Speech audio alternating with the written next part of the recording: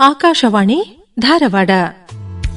ಮುಂಜಾನೆ ಮಂಜಲ್ಲಿ ಮುಸ್ಸಂಜೆ ತಿಳಿತಂಪಲ್ಲಿ ಓ ಒಲವೇ ನೀನಲ್ಲಿ ಹುಡುಕಾಟ ನಿನಗಿನ್ನಲ್ಲಿ. ಶಿಕ್ಷಕ ಹಾಗೂ ಕವಿ ಹೊನ್ನಪ್ಪ ಕರೆಕನ್ನಮ್ಮನವರ ಅವರೊಂದಿಗೆ ಮಾತು ಹಾಗೂ ಅವರ ಕೆಲ ಕವಿತೆಗಳು.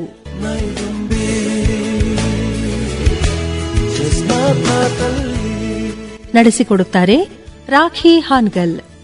ಆತ್ಮೀಯ ಕೇಳುಗರಿಗೆ ನಮಸ್ಕಾರ. ಕೇಳುಗರೆ, ಇವತ್ತು ಒಬ್ಬ ಸಾಹಿತಿ, ಪ್ರಾಥಮಿಕ ಶಾಲಾ ಶಿಕ್ಷಕರು ಹಾಗೂ ಬರಹದ ಮೇಲೆ ಅಪಾರವಾದ ಪ್ರೀತಿಯನ್ನು ಹೊಂದಿರುವಂತಹ, ಸಮಾಜಮುಖಿ ಬರಹಗಳನ್ನ ಬರೆಯುವಂತಹ ಒಬ್ಬ ಕವಿ ಹೃದಯದವರು ನಮ್ಮ ಆಕಾಶವಾಣಿ ಸ್ಟುಡಿಯೋಕ್ಕೆ ಬಂದಿದ್ದಾರೆ. ಇವರಿಗೆ ಕಾರ್ಯಕ್ರಮಕ್ಕೆ ಸ್ವಾಗತ.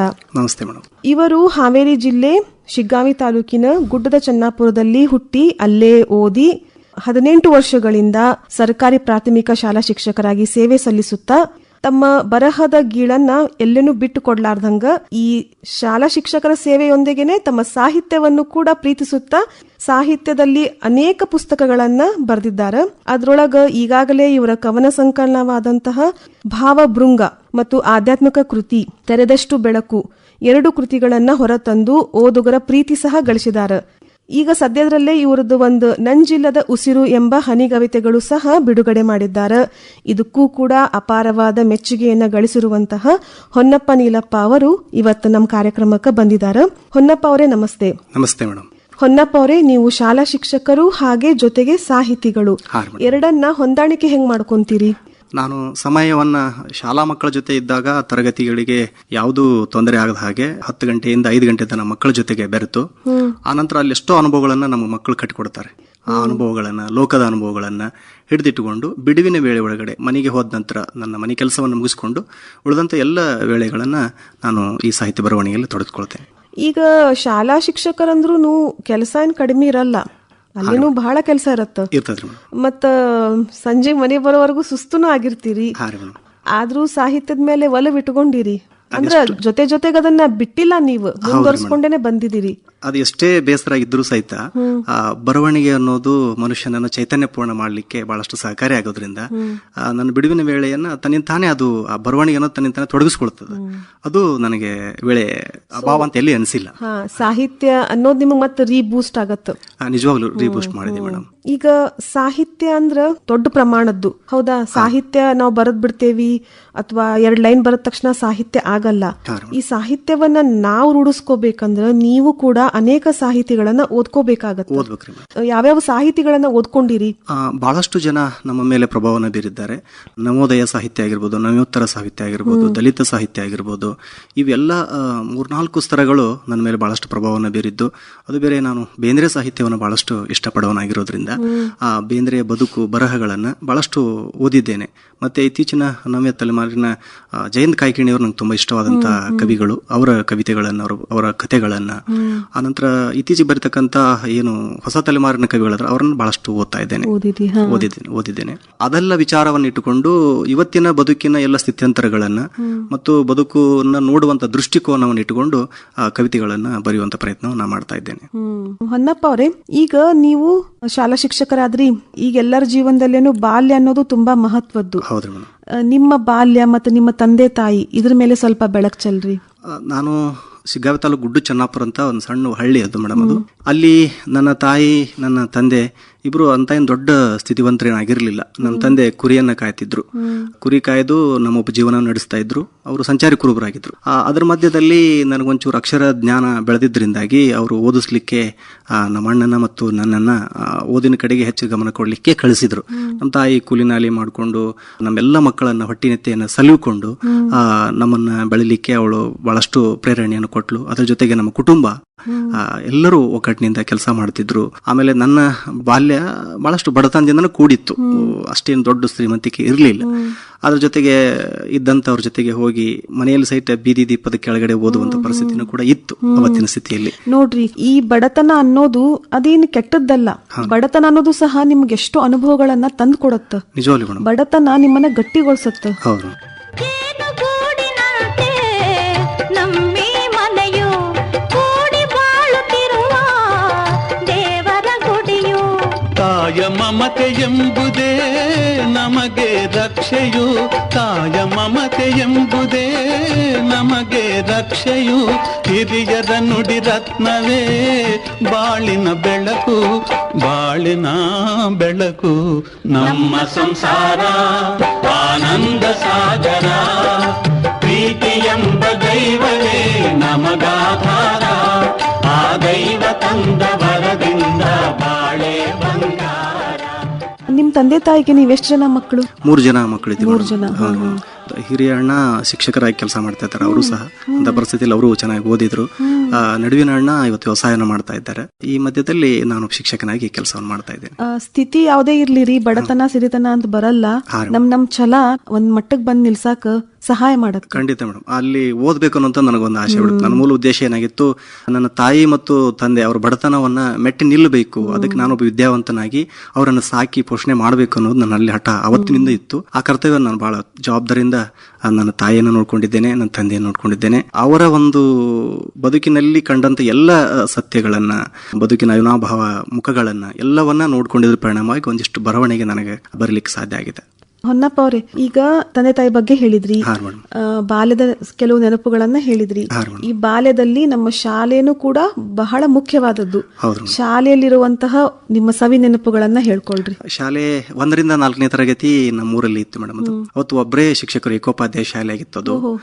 ಅವ್ರು ಏನಾದ್ರು ಶಾಲೆಗೆ ಬರದೇ ಹೋಗ್ಬಿಟ್ರ ಅವತ್ತು ಶಾಲೆ ರಜೆ. ತುಂಬಾ ಖುಷಿ ಪಡ್ತಿದ್ವಿ ನಾವು, ಸಿಕ್ಕಾಪಟ್ಟೆ ಗದ್ಲೆ ಹಾಕ್ತಿದ್ರು ಹುಡುಗರೆಲ್ಲ. ಅದರಲ್ಲಿ ನಾನು ಕೂಡ ಒಬ್ಬ ಇದ್ದೆ. ಆ ನಂತರ ಬರ್ತಾ ಬರ್ತಾ ಒಂದ್ ಸ್ವಲ್ಪ ಸೀರಿಯಸ್ನೆಸ್ ಬರ್ಲಿಕ್ಕೆ ಶುರುವಾಯ್ತು ನನಗೆ. 1 ರಿಂದ 4ನೇ ತರಗತಿಯನ್ನು ಮುಗಿಸ್ಕೊಂಡು ಪಕ್ಕದ ಹಳ್ಳಿಗೆ ಹೋಗ್ಬೇಕು. ಅದು ಮಳೆ ಇರ್ಲಿ ಚಳಿ ಇರ್ಲಿ ಏನೇ ಇರ್ಲಿ ನಡ್ಕೊಂಡು ಹೋಗ್ಬೇಕಾಗಿತ್ತು. ಇವತ್ತಿನ ತರ ಒಂದು ಊಟದ ವ್ಯವಸ್ಥೆ ಆಗ್ಲಿ ಅಥವಾ ಮಕ್ಕಳಿಗೆ ಕೊಡ್ತಕ್ಕಂಥ ಸೌಲಭ್ಯಗಳು ಯಾವುದೂ ಇರಲಿಲ್ಲ. ಬಿಡುವಿನ ವೇಳೆ ಒಳಗಡೆ ನಾವು ಹೊಲಕ್ಕೆಲ್ಲ ಹೋಗಿ ಬಂದು ಆ ಹೊಲದಿಂದ ಬಂದಂತ, ಅಂದ್ರೆ ಹೊಲ ಕೂಲಿ ಹೋಗ್ತಿದ್ವಲ್ಲ, ಅದರಿಂದ ಬಂದಂತ ಕೂಲಿಯಿಂದ ಒಂದಿಷ್ಟು ಬಟ್ಟೆ ತಗೊಳ್ಳೋದು ಮತ್ತೆ ಒಂದಿಷ್ಟು ಬುಕ್ಸ್ ತಗೊಳ್ಳೋದು, ಇವೆಲ್ಲ ಚಟುವಟಿಕೆಯನ್ನು ಮಾಡ್ತಿದ್ವಿ. ಹಾಗಾಗಿ ಶಾಲಾ ದಿನಗಳು ಬಹಳ ಖುಷಿಯನ್ನು ಕೊಡ್ತಾವ ನಿಜವಾಗ್ಲು. ಮತ್ತೆ ಈ ಶಾಲಾ ದಿನಗಳೊಳಗ ನಿಮ್ಮ ಮೇಲೆ ಪ್ರಭಾವ ಬೀರಿದಂತಹ ಗುರುಗಳು? ವಿಶೇಷವಾಗಿ ನಮ್ಮ ಮೇಲೆ ಅವತ್ತೊಬ್ರು ಪ್ರಾಥಮಿಕ ಶಾಲೆಯಲ್ಲಿ ಎಲೆಗಾರ್ ಸರ್ ಅಂತ ಒಬ್ರು ಇದ್ರು. ಅವರು ಎಲ್ಲ ವಿಷಯವನ್ನು ತೆಗೆದುಕೊಳ್ತಿದ್ರು. ಸ್ವಲ್ಪ ಜವಾಬ್ದಾರಿಯಿಂದ ನನ್ನನ್ನು ಬಹಳ ಪ್ರೀತಿಯಿಂದ ನೋಡ್ಕೋತಿದ್ರು. ಹಾಗಾಗಿ ನಾನು ಅವ್ರ ತರ ಆಗ್ಬೇಕು, ಶಿಕ್ಷಕನ ಆಗ್ಬೇಕು ಅನ್ನೋಂಥದ್ದೊಂದು ಪ್ರಭಾವ ನನಗೆ ಅವಾಗ್ಲಿಂದ ಬೀರ್ತು. ನೋಡ್ರಿ, ಗುರುಗಳು ಅಂದ್ವಿ, ನಿಮ್ಮ ಭಾವಭೃಂಗ ಅನ್ನೋ ಕವನ ಗುಚ್ಛದೊಳಗ ನೀವು ಗುರು ನಮನ ಅನ್ನೋ ಒಂದು ಕವಿತೆ ಬರ್ದಿರಿ. ಹಂಗಾರೆ ಇದನ್ನ ಓದ್ತೀರಿ? ಹಾರಿ ಮೇಡಮ್. ಕವಿತೆಯ ಶೀರ್ಷಿಕೆ ಗುರು ನಮನ. ಅಜ್ಞಾನವೆಂಬ ಕತ್ತಲೆಯ ಕಾರ್ಮೋಡ ಕವಿದಿತ್ತು ನನ್ನ ಬಾಳಲ್ಲಿ ಆ ದಿನ.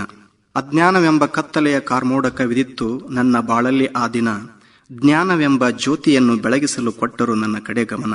ಜ್ಞಾನವೆಂಬ ಜ್ಯೋತಿಯನ್ನು ಬೆಳಗಿಸಲು ಕೊಟ್ಟರು ನನ್ನ ಕಡೆ ಗಮನ. ಅವರ ಉಪಕಾರವನ್ನು ಹಗಲಿರುಳು ಸ್ಮರಿಸುತ್ತಿದೆ ನನ್ನ ಮನ. ಅಂತಹ ಗುರುಗಳಿಗೆ ಮಾಡುವೇನ ಸದಾ ನಮನ. ಅಂತಹ ಗುರುಗಳಿಗೆ ಮಾಡುವೇನ ಸದಾ ನಮನ. ಚಂದ ಬರ್ದಿರಿ, ಅಂದ್ರೆ ಅರ್ಥಪೂರ್ಣವಾಗಿ ಬರ್ದಿರಿ. ಗುರುಗಳು ಎಲ್ಲರ ಜೀವನದಾಗೂ ಬಹಳ ಮಹತ್ವದ ಸ್ಥಾನವನ್ನ ಪಡಿತಾರ. ಒಬ್ಬ ಒಳ್ಳೆ ಗುರು ಎಷ್ಟೋ ಜನ ಒಳ್ಳೆ ಒಳ್ಳೆ ಪ್ರಜೆಗಳನ್ನ ಸೃಷ್ಟಿ ಮಾಡ್ತಾರ. ಈಗ ಹೊನ್ನಪ್ಪ ಅವರೇ ಶಾಲೆ ಮುಗಿಸಿದ್ರಿ, ಆಮೇಲೆ ಕಾಲೇಜು ದಿನಗಳು ಹೆಂಗಿದ್ದು? ಕಾಲೇಜು ದಿನಗಳು ನಾನು ಓದಿದ್ದು ಸಿಗ್ಗಾವಲ್ಲಿ, PUC ಅನ್ನ ಮುಗಿಸಿದ್ದು. ಆ ನಂತರ TCH ಅನ್ನ ಮಾಡ್ಲಿಕ್ಕೆ ಬೆಂಗಳೂರಲ್ಲಿ ಹೋದೆ ಮೇಡಮ್. ನಾನು ಅಲ್ಲಿ 2 ವರ್ಷ ಇದ್ದೆ. ಕಾಲೇಜು ದಿನಗಳು ಸಹಿತ ನನ್ನ ಉದ್ದೇಶ ಬರೀ ಓದ್ಬೇಕು ಅನ್ನೋದು ಬಿಟ್ರೆ ಬೇರೆ ಯಾವ ಚಟುವಟಿಕೆಯಲ್ಲಿ ಹೆಚ್ಚು ಭಾಗವಹಿಸ್ತಿರ್ಲಿಲ್ಲ. ನಾನು ಓದ್ಬೇಕು, ಜೀವನದಲ್ಲಿ ಸ್ವಂತ ಬದುಕ ಕಟ್ಕೋಬೇಕು ಅನ್ನೋದೇ ಒಂದು ಉದ್ದೇಶ ಆಗಿತ್ತು. ನಾನು ಕಲಾ ವಿದ್ಯಾರ್ಥಿ ಆಗಿದ್ದೆ, ಆರ್ಟ್ಸ್ ಅನ್ನು ತೆಗೆದುಕೊಂಡಿದ್ದೆ. ಸುಮಾರು 200 ಜನ ವಿದ್ಯಾರ್ಥಿಗಳಿದ್ರು. ಅವರೆಲ್ಲರ ಚಟುವಟಿಕೆಗಳು ವಿಭಿನ್ನವಾಗಿದ್ರು ಸಹಿತ ನಂದು ಬರೀ ಲಕ್ಷ್ಯ ಬರೀ ಓದ್ಬೇಕು, ಏನಾದ್ರೂ ಒಂದಿಷ್ಟು ಕಲಿಬೇಕು. ಬೇರೆ ಸ್ನೇಹಿತರ ಚಟುವಟಿಕೆಗಳು ಅಂದ್ರೆ ವಿಶೇಷವಾಗಿ ಅವರು ಕಾಲೇಜಿನ ವಯಸ್ಸಿನಲ್ಲಿ ಮನಸ್ಸಿನ ತಹತೈಕೆಗಳಿರ್ತಾವಲ್ಲ, ಅವೆಲ್ಲವನ್ನ ಮೆಟ್ಟಿ ನಿಂತುಕೊಳ್ಳುವಂತ ಮನಸ್ಥಿತಿ ಭಗವಂತ ನನಗೆ ಕರುಣಿಸಿದ. ಸಹಜ ಬಿಡ್ರಿ, ಸಹಜ. ಅದನ್ನ ಅಂದ್ರೆ ಮನಸ್ಸನ್ನ ಬೇರೆ ಕಡೆ ಹಾಯಿಸ್ತಿರ್ಲಿಲ್ಲ. ಅಂದ್ರೆ ನಮ್ಮ ಗುರಿ ಮುಖ್ಯವಾಗಿತ್ತು. ನನ್ನ ಗುರಿ ಕಡೆಗೆ ನಾವು ಹೋಗ್ಬೇಕು ಅಂತ ಹೇಳಿ ಆ ಓದಿನ ಕಡೆಗೆ ನಾನು ಲಕ್ಷ್ಯ ಕೊಡ್ತಿದ್ದೆ. ಅದೊಂದಿಷ್ಟು ನನ್ನನ್ನ ಸರಿದಾರಿಗೆ ತರ್ಲಿಕ್ಕೆ ಕಾರಣ ಆಯ್ತು. ಈಗ BA B.Ed ಮುಗಿಸಿದ್ರಿ ನೀವು? ಹಂಗಾರ ಆಮೇಲೆ ಟೀಚರ್ ಆಗಿ ಎಲ್ಲ ಅಪಾಯಿಂಟ್ ಆದ್ರಿ? ಮೊದಲು ಮೇಡಮ್ ನಾನು ಕುಂದಗೋಳ ತಾಲೂಕು ರಾಮನಕೊಪ್ಪದಲ್ಲಿ ಶಿಕ್ಷಕನಾಗಿ ಸುಮಾರು 17 ವರ್ಷಗಳ ಕಾಲ ಅಲ್ಲಿ ಕೆಲಸ ಮಾಡಿದೆ. ಈಗ ಒಂದ್ 2 ವರ್ಷದ ಹಿಂದ್ಗಡೆ ಟ್ರಾನ್ಸ್ಫರ್ ತೆಗೆದುಕೊಂಡು ಹುಬ್ಳಿ ತಾಲೂಕಿನ ಹುಬ್ಬಳ್ಳಿ ಗ್ರಾಮೀಣದ ತಿರುಮಲಕೊಪ್ಪ ಶಾಲೆಯಲ್ಲಿ ಶಿಕ್ಷಕನಾಗಿ ಕೆಲಸ ಮಾಡ್ತಾ ಇದ್ದೇನೆ. ನೋಡ್ರಿ, ಕಾಲೇಜು ದಿನದಲ್ಲಿ ನಾನು ಬೇರೆ ಯಾವುದೇ ಕಡೆ ಮನಸ್ಸನ್ನ ಹರಿಬಿಡ್ಲಿಲ್ಲ, ನನಗ್ ನನ್ನ ಗುರಿ ಮುಖ್ಯವಾಗಿತ್ತು ಅಂತ ಹೇಳಿ. ಆಮೇಲೆ ಟೀಚರ್ ಆಗಿ ಅಪಾಯಿಂಟ್ ಆದ್ರಿ. ಈಗ ಮದ್ವೆನೂ ಆಯ್ತಾ ಸರ್? ಮದುವೆ ಆಗಿದೆ ಮೇಡಮ್. 2 ಜನ ಮಕ್ಕಳಿದ್ದಾರೆ. ಸೊ ಈಗ ನೀವು ಜೀವನವನ್ನ ನೋಡೋ ರೀತಿ ಕೂಡ ಬದಲಾಗೈತಿ. ಖಂಡಿತ. ನೀವು ಅದ್ರ ಮೇಲೂ ಕೂಡ ಒಂದು ಕವನ ಬರ್ದಿರಿ, ಹೀಗಿರಲಿ ಜೀವನ ಅಂತ ಹೇಳಿ. ಅದನ್ನ ಓದಿ ಹೇಳಿ ಸರ್. ಹೀಗಿರಲಿ ಜೀವನ, ಬಾಳ ಪಗಡೆಯಲ್ಲಿ ಆಟವನಾಡು, ನೀ ಸಹಕರಿಸು, ವ್ಯತೆಗಳೆಲ್ಲ ಚಿತೆಗಳಲ್ಲಿ ಕರಗಿ ಹೋಗುವವು ಗಾಳಿ ಬೀಸಿ. ಇಷ್ಟವಿಲ್ಲದಿರೆ ಕಷ್ಟ ಬಂದರೆ ನೀನು ಸ್ವೀಕರಿಸು, ಹೂವು ಮಕರಂದ ಹೀರಲು ಬಂದ ದುಂಬೆಯಂತೆ ಜೇಂಕರಿಸು. ಕಣ್ಣ ನೀರಿನಲ್ಲಿ ದೀಪಗಳ ನುರಿಸಿ ಜಗಕ್ಕೆ ಬೆಳಕ ಸ್ಫುರಿಸು, ನಗುತ್ತ ಬಂದ ನೋವಿಗೆ ನೀನು ಕಣ್ತುಂಬ ಹರಿಸು. ಸ್ನೇಹ ಪ್ರೀತಿ ಬಾಂಧವ್ಯಗಳು ಇರಲಿ ಸದಾ ಹಸಿರು, ದ್ವೇಷದ ಭಾವವು ಮೂಡಿದ ಮರುಕ್ಷಣ ನಿಂತು ಬಿಡಲಿ ನಿನ್ನುಸಿರು. ಆಸೆಗೆ ಮುಗಿಬಿದ್ದು ತುಳಿಯದಿರು ನೀ ಕೊಚ್ಚೆ ಕೊಳೆ ಕೆಸರು, ನಿನಗೆ ತಿಳಿಯದೆ ಮೂಡಿ ಬರಲಿ ಎಲ್ಲ ಕಡೆ ನಿನ್ನ ಹೆಸರು. ಮೂಡಿ ಬರಲಿ ಎಲ್ಲ ಕಡೆ ನಿನ್ನ ಹೆಸರು. ದ್ವೇಷದ ಭಾವವು ಮೂಡಿದ ಮರುಕ್ಷಣ ನಿಂತು ಬಿಡಲಿ ನಿನ್ನ ಉಸಿರು. ಅದೇ ನೋಡ್ರಿ, ದ್ವೇಷವನ್ನ ನಾವ್ ನಮ್ಮ ಮನಸ್ಸಿನಾಗ ಇಟ್ಕೊಂತ ಹೋದ್ವಿ ಅಂದ್ರ ಅದು ನಮಗೇನೆ ತೊಂದರೆ ಕೊಡತ್ತ ಅಂತ ಸುಡತ್ತ. ಅದ್ರ ಬದ್ಲಿ ನಾವು ಒಳ್ಳೆ ಒಂದು ಸ್ನೇಹ ಪ್ರೀತಿಯನ್ನ ಬೆಳೆಸ್ಕೊಂತ ಹೋದ್ರ ಸಮಾಜ ಕೂಡ ಚೆನ್ನಾಗಿರತ್ತೆ ಅಂತ ಈ ಕವಿತೆ ಉದ್ದೇಶ. ನಾವೆಲ್ಲ ಒಂದಾಗಿ ಅರಿತು ಬೆರೆತು ಒಟ್ಟಿಗೆ ದುಡಿಯೋಣ, ಎಲ್ಲೆಂದು ನಂತಿಲ್ದ ಬಡವ ಬಲ್ಲಿದ ಸ್ನೇಹದಿ ಬೆರೆಯೋಣ. ಹೋರಾಡುತ್ತ ನಾವು ಗುರಿ ಸೇರುವ, ಇತಿಹಾಸದಿ ಎಂದು ಹಸಿರಾಗುವ.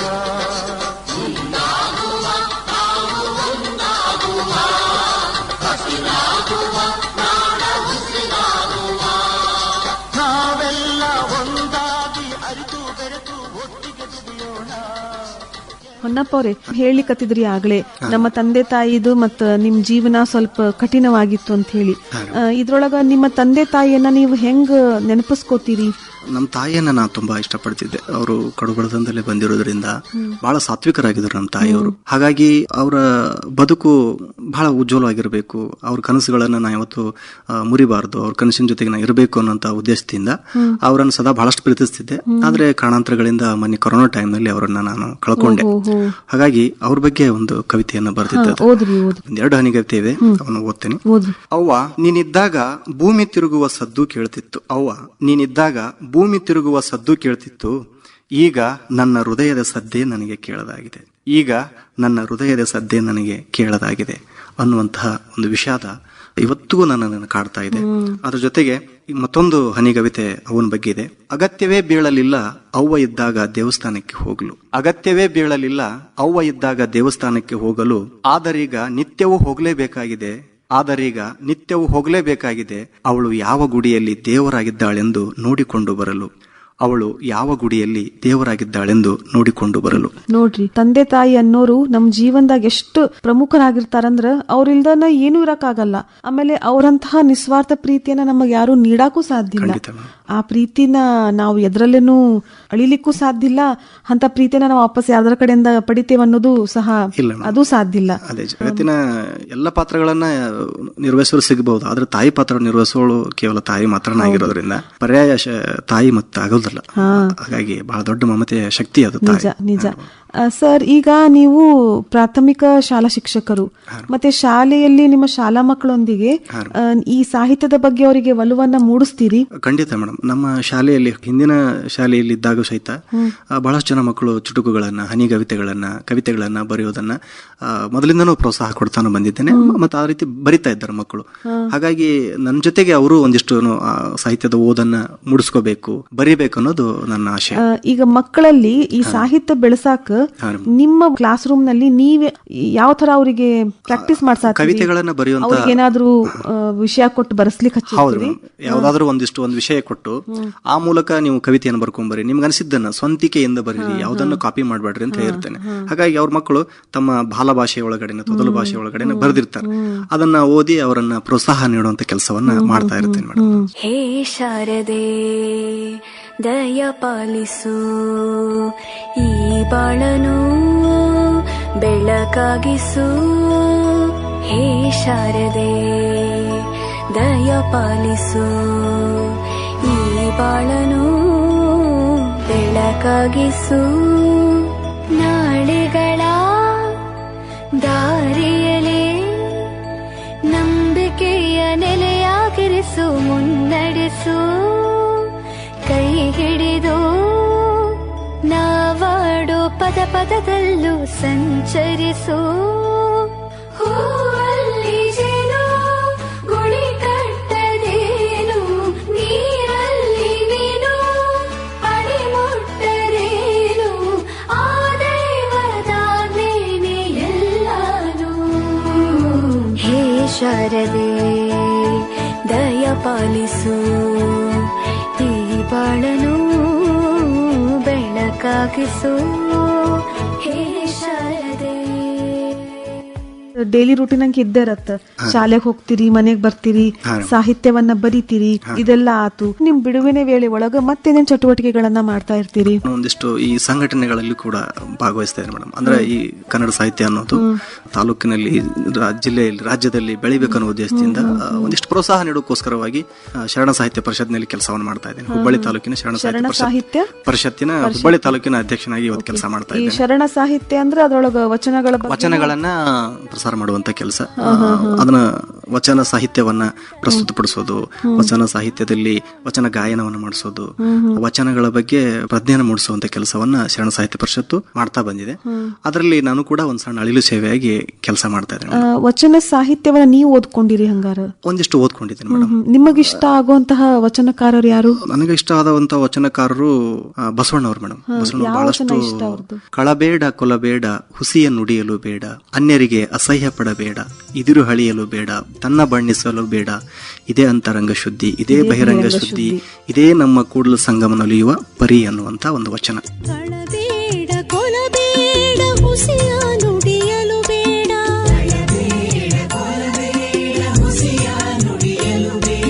ಮುನಿಯ ಬೇಡ, ಅನ್ಯರಿಗೆ ಅಸಹ್ಯ ಪಡಬೇಡ.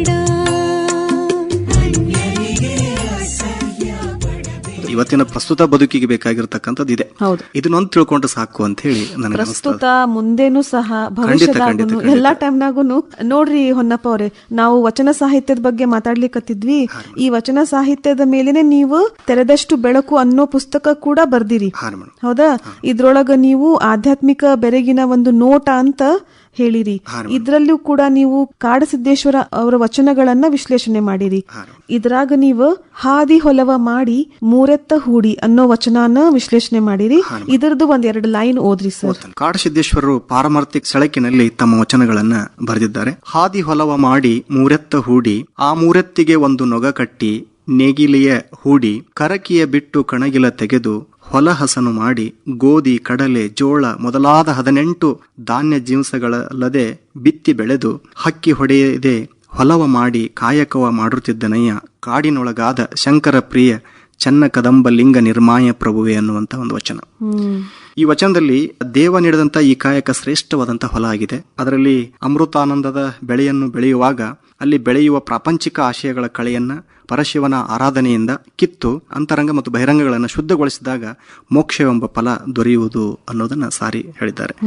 ಈ ತರಹದ ಅವರು 10 ವಚನಗಳನ್ನ ಈ ಪುಸ್ತಕದಲ್ಲಿ ವಿಮರ್ಶೆಯನ್ನ ಮಾಡ್ಲಿಕ್ಕೆ ಪ್ರಯತ್ನ ಮಾಡಿದ್ದೇನೆ. ಚಲೋ ವಿಶ್ಲೇಷಣೆ ಮಾಡಿರಿ ಹೊನ್ನಪ್ಪ ಅವ್ರೆ. ಬಿಡುವಿನ ವೇಳೆ ಒಳಗ ನಿಮ್ಮ ಕುಟುಂಬದವ್ರ ಜೊತೆ ಟೈಮ್ ತೆಗಿತೀರಿ? ಖಂಡಿತ ಮೇಡಮ್. ಎಷ್ಟ್ ಜನ ಮಕ್ಳಂದ್ರಿ? 2 ಜನ ಮಕ್ಕಳಿದ್ದಾರೆ ಮೇಡಮ್. ಮಗ ಋತ್ವಿಕ್ ಅಂತ ಹೇಳಿ, ಮಗಳು ಇಂಚರ ಅಂತ ಹೇಳಿ. ಮಗಳು 3ನೇ ಕ್ಲಾಸ್ ಓದ್ತಾ ಇದ್ದಾಳೆ. ಮಗ ಇನ್ನು 1.5 ವರ್ಷದವನಿದ್ದಾನೆ. ಅವ್ರಿಗೂ ಸಾಹಿತ್ಯದ ಬಗ್ಗೆ ಮಗಳಿಗೆ ಒಂಚೂರು ಅಭಿರುಚಿ ಇದೆ ಮೇಡಮ್. ಹಾಗಾಗಿ ಭಾವಗೀತೆ ಅವನನ್ನು ಹಾಡ್ಲಿಕ್ಕೆ ಶುರು ಮಾಡ್ತಾಳೆ, ಕಲಿತಾ ಇದ್ದಾಳೆ. ನಮ್ಮ ಶ್ರೀಮತಿಯವರು ಕೀರ್ತಿ ಅಂತ ಹೇಳಿ, ಅವರು ಸಹಿತ ಡಿ.ಎಡ್ ಅನ್ನ ಮುಗಿಸ್ಕೊಂಡಿದ್ದಾರೆ. ಅವರು ಟೀಚರ್ ಆಗಿಲ್ಲ, ಬಟ್ ಓದ್ಕೊಂಡಿದ್ದಾರೆ. ಹೌಸ್ ವೈಫ್ ಆಗಿ ಕೆಲಸವನ್ನು ಮಾಡ್ತಾ ಇದ್ದಾರೆ. ಹಾಗಾಗಿ ಅವ್ರ ಜೊತೆಗೆ ಎಷ್ಟು ಸಾಹಿತ್ಯಿಕ ಚಟುವಟಿಕೆಗಳನ್ನು ಚರ್ಚೆ ಮಾಡೋದು, ಅವರು ಸಹಿತ ನನಗೆ ಮನೆಯಲ್ಲಿ ಪ್ರೋತ್ಸಾಹ ಕೊಡ್ತಾರೆ. ನಮ್ಮ ಶ್ರೀಮತಿಯವರಾಗಿರ್ಬೋದು, ನಮ್ಮ ಅಣ್ಣಂದಿರು, ಅವರಿಬ್ರು ಅಣ್ಣಂದಿರು, ನಮ್ಮ ಮಾವಂದಿರು, ಬಹಳಷ್ಟು ಸಾಹಿತ್ಯಿಕ ಚಟುವಟಿಕೆಗಳಿಗೆ ಮನೆಯಲ್ಲಿ ಪೂರಕವಾದ ವಾತಾವರಣ ಇದೆ. ತಂತ್ರವಾಗಿ ಬರೀಲಿಕ್ಕೆ ಬಿಡ್ತಾ ಇದ್ದಾರೆ. ಅದು ನನ್ನ ಸೌಭಾಗ್ಯ ಅಂತ ಭಾವಿಸಿದ್ದೇನೆ. ಅದೇ ರೀ, ಮನೆಯ ವಾತಾವರಣ ಚಲೋ ಇತ್ತಂದ್ರೆ ನೀವು ಸಮಾಜದೊಳಗೆ ಬಂದು ಏನಾದ್ರೂ ಕೆಲಸ ಮಾಡಬಹುದು. ಖಂಡಿತ, ಖಂಡಿತ ನಿಜ ಅದು. ಹೊನ್ನಪ್ಪ ಅವ್ರೆ, ನೀವು ಈ ಮೂವೀಸ್ ಎಲ್ಲ ನೋಡ್ತೀರಿ, ಹಾ ಮೇಡಮ್. ಯಾವ ನಟ ನಟಿಯರನ್ನ ಇಷ್ಟಪಡ್ತೀರಿ? ವಿಶೇಷವಾಗಿ ನನಗೆ ಸುದೀಪ್ ಅವರ ಅಭಿನಯ ಇಷ್ಟ ಆಗ್ತದೆ. ಸುದೀಪ್ ಅವ್ರು ಯಾವ ಚಿತ್ರಗಳನ್ನ ನೋಡಿರಿ? ವಿಶೇಷವಾಗಿ ಮುಸ್ಸಂಜೆ ಮಾತು ಅನ್ನುವಂತ ಸಿನಿಮಾ ನೋಡಿದ್ದೇನೆ. ಅದ್ರ ಜೊತೆಗೆ ಮೈ ಆಟೋಗ್ರಾಫ್ ಅನ್ನುವಂತ ಒಂದು ಸಿನಿಮಾ ನೋಡಿದ್ದೇನೆ. ಅವರ ಚಿತ್ರಗಳಂದ್ರೆ ಸ್ವಲ್ಪ ಅಭಿರುಚಿ ಹೆಚ್ಚಿಗೆ ಇದೆ. ಕಾರಣ ಏನಂದ್ರೆ ಅವ್ರದ್ದು ಅಭಿನಯ ಬಹಳ ಮನೋಜ್ಞವಾಗಿ ಮೂಡಿ ಬರೋದು, ಅವ್ರ ಧ್ವನಿ, ಅವರ ಕಂಠಸ್ರಾವ ಬಹಳಷ್ಟು ಇಷ್ಟ ಆಗೋದ್ರಿಂದ ಅವರ ಸಿನಿಮಾಗಳನ್ನು ನೋಡ್ತೀನಿ. ಅವರ ಚಿತ್ರದ ಒಂದು ಗೀತೆ ಯಾವ್ದು ಇಷ್ಟ ನಿಮಗ? ನನಗೆ ಏನಾಗಲಿ ಮುಂದೆ ಸಾಗುನಿ ಅಂತೇಳಿ, ಬಯಸಿದ್ದೆಲ್ಲ ಸಿಗದು ಬಾಳಲಿ. ಏನಾಗಲಿ ಮುಂದೆ ಸಾಗುನಿ, ಬಯಸಿದ್ದೆಲ್ಲ ಸಿಗದು ಬಾಳಲಿ, ಬಯಸಿದ್ದೆಲ್ಲ ಸಿಗದು ಬಾಳಲಿ. ಓ ನನ್ನಾಣೆ ನನ್ನ ಮಾತು ಸುಳ್ಳಲ್ಲ, ಓ ನನ್ನಾಣೆ ನನ್ನ ಮಾತು ಸುಳ್ಳಲ್ಲ. ಏನಾಗಲಿ ಮುಂದೆ ಸಾಗುನಿ, ಬಯಸಿದ್ದೆಲ್ಲ ಸಿಗದು ಬಾಳಲಿ, ಬಯಸಿದ್ದೆಲ್ಲ ಸಿಗದು ಬಾಳಲಿ. ಓ ನನ್ನಾಣೆ ನನ್ನ ಮಾತು ಸುಳ್ಳಲ್ಲ, ಓ ನನ್ನಾಣೆ ನನ್ನ ಮಾತು ಸುಳ್ಳಲ್ಲ. ಹೊನ್ನಪ್ಪ ಅವರೇ, ಇಷ್ಟೊತ್ತನ ನಿಮ್ ಜೊತೆ ಮಾತಾಡಿ ತುಂಬಾ ಖುಷಿ ಆಯ್ತು. ನಿಮ್ಮ ಸಾಹಿತ್ಯದ ಪಯಣ ಹಿಂಗೆ ಮುಂದುವರಿತಾ ಇರ್ಲಿ. ಆಮೇಲೆ ಮತ್ತ ಮುಂದ ನಿಮ್ ಜೊತೆ ಇನ್ನೂ ನಮಗ ನಿಮ್ ಈ ಸಾಹಿತ್ಯದಿಂದ ಮತ್ತೆ ನಮ್ಮ ಆಕಾಶವಾಣಿಗೆ ಬಂದು ನಿಮ್ ಜೊತೆ ನಮಗ್ ಜಾಸ್ತಿ ಮಾತಾಡುವಂತ ಅವಕಾಶ ಸಿಗಲಿ ಅಂತ ಹೇಳಿ ನಾನು ಈ ಕಾರ್ಯಕ್ರಮವನ್ನ ಮುಗಿಸ್ತೇನೆ. ನಮಸ್ಕಾರ. ನಮಸ್ಕಾರ ಮೇಡಮ್. ನನಗೂ ಕೂಡ ಈ ಆಕಾಶವಾಣಿ ಒಳಗಡೆ ಅವಕಾಶ ಮಾಡಿಕೊಟ್ಟಿದ್ದಕ್ಕೆ ಬಹಳ ಸಂತೋಷ ಅನಿಸ್ತು. ನಿಮ್ಮ ಅನುಭವಗಳ ಜೊತೆಗೆ ನನ್ನ ಅನುಭವವನ್ನು ಹಂಚಿಕೊಂಡಿದ್ದಕ್ಕೆ ತಮಗೆ ತುಂಬಲವಿನ ಧನ್ಯವಾದಗಳನ್ನು ಅರ್ಪಿಸ್ತೀನಿ. ಅದ್ರ ಜೊತೆಗೆ ಮತ್ತೆ ಆಕಾಶವಾಣಿಗೆ ಬರ್ಲಿಕ್ಕೆ ನನಗೆ ಕಾರಣ ಆದಂತವರು ಶ್ರೀತ ಬಸು ಬೇವನಗಡ ಸರ್ ಅವರು ಬಹಳ ದೊಡ್ಡ ಸಾಹಿತಿಗಳು, ಅವರ ಅಭಿಮಾನಿಗಳು ನಾವು. ಅವರು ಇಲ್ಲಿ ನನ್ನನ್ನು ಕರೆಸಿ ರಾಖಿ ಮೇಡಮ್ ಅವರು ನನ್ನನ್ನು ಇಂಟರ್ವ್ಯೂ ತಗೊಳ್ಳಿಕ್ಕೆ ಅವಕಾಶ ಮಾಡಿಕೊಟ್ರು. ತಮ್ಮ ಅನುಭವ ಜೊತೆಗೆ ನನ್ನ ಅನುಭವವನ್ನು ಹಂಚಿಕೊಳ್ಳಿಕ್ಕೆ ಅವಕಾಶ ಮಾಡಿಕೊಟ್ಟಂತ ಧನ್ಯವಾದಗಳನ್ನು ಅರ್ಪಿಸ್ತಾ ಇದ್ದೀನಿ. ಧನ್ಯವಾದಗಳು ಮೇಡಮ್.